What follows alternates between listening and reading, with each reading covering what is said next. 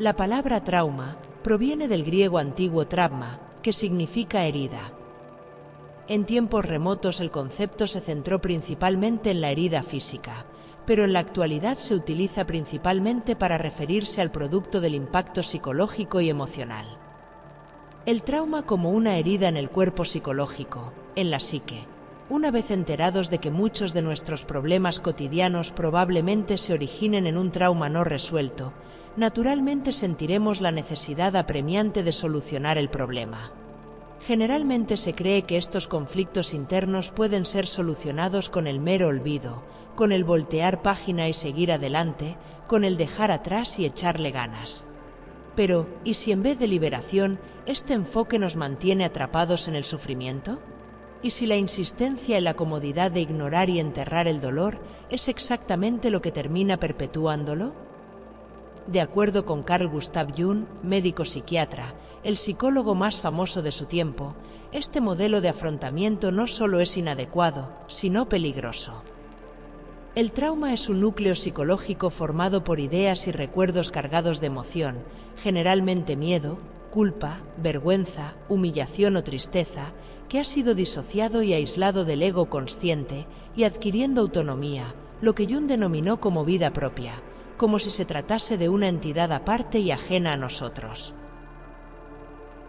El ego, incapaz de procesar y afrontar el impacto emocional de un acontecimiento y de expresarlo o simbolizarlo conscientemente, acaba por aislar la experiencia para protegerse. El problema es que los contenidos apartados no se borran ni se transmutan, sino que se acumulan en el espacio oscuro del inconsciente. La gran carga emocional le proporciona una especie de alma, adquiriendo su propia lógica, intenciones y formas de operar. Estos complejos autónomos son responsables de las reacciones desproporcionadas, inoportunas e irracionales. Entonces una pequeña crítica logra gatillar y encender una ira explosiva. Un halago genuino logra generar culpa e incomodidad. Y una acusación falsa consigue hacer sentir culpable al inocente, permitiendo que le castiguen. Sin motivo aparente, la persona se encuentra reaccionando de manera agresiva, defensiva o paralizante, cuando internamente desea expresar ciertas cuestiones que el complejo no le permite expresar. Por ejemplo, estás enfadado, pero tu complejo de culpa o desvalorización te paraliza para que no expreses este enojo. Esto te protege de volver a conectar con el dolor de la herida, pero a un costo alto de fragmentación. Dependiendo del grado de represión y falta de reconocimiento del complejo, este va adquiriendo autonomía, hasta llegar a un punto en que incluso es capaz de secuestrar a la personalidad. Jung llamó a este fenómeno como posesión arquetípica, cuando un arquetipo, en este caso la sombra, posee tanta carga luminosa, vital, mágica en términos míticos, que logra dominar al yo. El individuo pierde el control de su ego y siente que actúa bajo la compulsión de una fuerza externa, pudiendo, y en muchos casos logrando, acometer acciones que nadie se esperaría. En base a este contexto, Jung dijo lo siguiente: Es aterrador pensar que el hombre también tiene un lado oscuro, que no consiste solo en pequeñas debilidades y flaquezas, sino en un dinamismo positivamente demoníaco. Una de las imágenes míticas que podemos utilizar en este momento para encuadrar este fenómeno es la del hombre lobo, la entidad que al caer bajo las influencias de la luna es poseído completamente por una fuerza desconocida que da rienda suelta a sus instintos más salvajes y primitivos. Instintos que el ser humano no ha eliminado, sino reprimido. Es importante comprender que la represión es tan importante como la expresión, y ambas deben oscilar hacia el equilibrio y complementarse para posibilitar la civilización.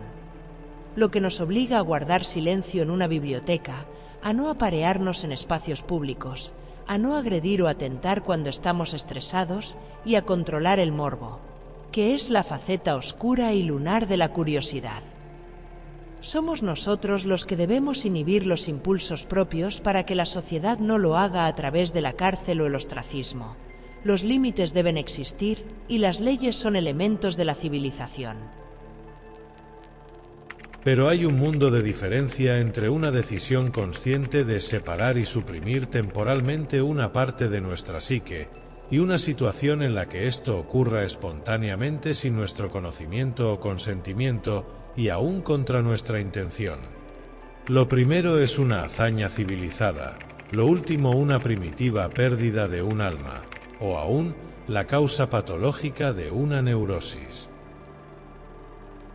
El dilema se manifiesta cuando la sombra está tan sumamente cargada de componentes inhibidos que el ego se expone al peligro de ser nublado y poseído.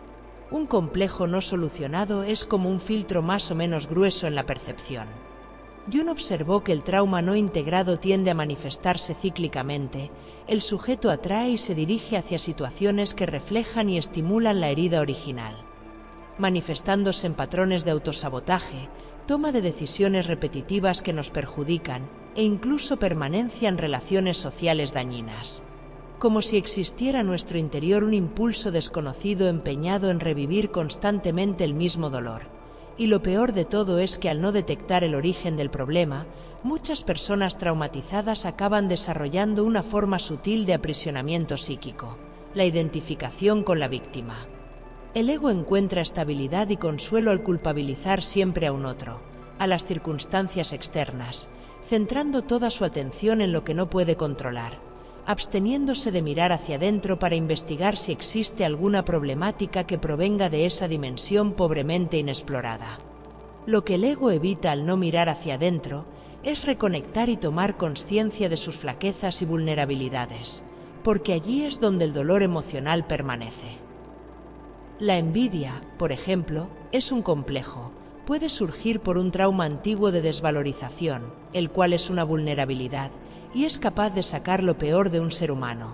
Sanar la envidia significa reconocerla, reconocer que uno mismo es envidioso, y significa buscar y descubrir los motivos ocultos por los que uno es envidioso.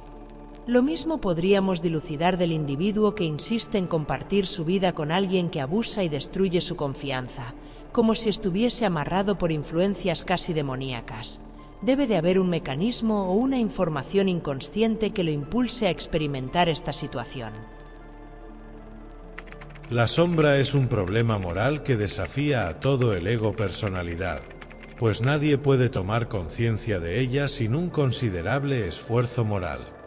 Para tomar conciencia de ella es necesario reconocer los aspectos oscuros de la personalidad como presentes y reales. Este acto es la condición esencial para cualquier tipo de autoconocimiento. Por ignorancia o desconocimiento, la mayoría de la gente cree que sanar un trauma significa olvidar, ignorar los recuerdos, controlar los desencadenantes como la ansiedad, asumir que uno es como es y no puede cambiar, o incluso ahogar la incomodidad con actividades o sustancias. La cuestión es que si aún sientes que no lo has superado, si todavía te duele, entonces no lo estás sanando, lo estás escondiendo de ti mismo y de los demás.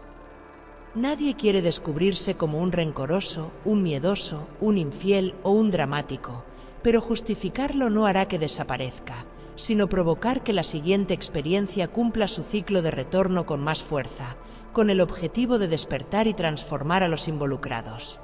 Para Jung, la verdadera sanación no es regresiva, sino transformadora, porque nos permite recuperar los fragmentos perdidos de nuestra personalidad, favoreciendo el nutrirnos con la energía de los opuestos en nuestro interior.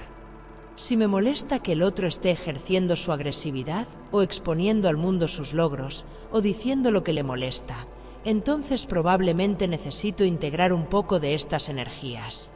Entonces es posible que necesite levantar un poco más la voz y reafirmar mi autoridad, o sentirme merecedor de que valoren mis logros, o valorar y respetar mi espacio vital y mi territorio sin sentirme culpable. Aquí estaríamos ejemplificando de manera muy sencilla la integración de los opuestos. Dependiendo del trauma, la integración, este proceso de individuación, de acuerdo con Carl Jung, llevará más o menos tiempo y más o menos dificultad, puesto que a más profundidad, más abstractos se perciben los contenidos inconscientes. Pero tu visión solo se aclarará cuando puedas mirar dentro de tu propio corazón. Exteriormente todo parece discordante, solo interiormente se unifica. Quien mira hacia afuera sueña, quien mira hacia adentro despierta. ¿Qué significa mirar hacia adentro? ¿Cómo podemos mirar hacia adentro?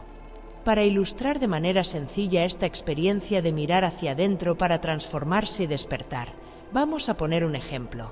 Imaginemos a un hombre llamado Martín, atormentado por numerosas sensaciones incómodas que surgen a raíz de la infelicidad que le produce el no haber ganado su torneo de fútbol.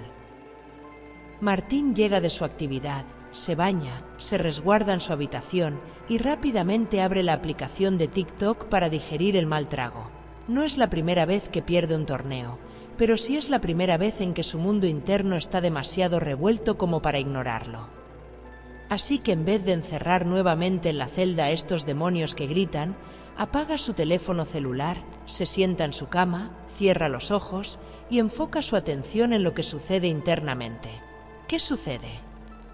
De esta marea en movimiento, oscura por la falta de luz, de consciencia, es el reino del inconsciente. Surge de lo profundo una emoción densa que inunda poco a poco el espacio interior. El rostro y la postura de Martín se transforman y consigue reconocer la emoción que invade su corazón, la frustración. Es aquí donde comienza el proceso de simbolizado de los contenidos del inconsciente, por lo que en lugar de abandonar la experiencia, se pregunta a sí mismo sobre el origen de la frustración. ¿Por qué exactamente me siento frustrado? Porque mis compañeros y mi entrenador pensarán que soy un jugador incapaz. Bueno, entonces Martín toma conciencia de que ha estado jugando en base a estas expectativas que incluso podrían haberlo conducido hacia la derrota, precisamente para propiciar este momento de reconocimiento. Martín también visualiza el momento de máxima tensión en la cancha y se da cuenta de la gran cantidad de pensamientos de inseguridad que brotan de su interior, pensamientos que le presionan para que no se equivoque al jugar, pensamientos que tensan su cuerpo y aumentan el estrés. Durante la introspección, Martín logra trazar un puente entre este trato injusto de juicio implacable que ejerce consigo mismo y el trato que recibía de sus padres a la hora de realizar una actividad en la que la expectativa era muy alta, teniendo que sostener una presión que lo sobrepasaba.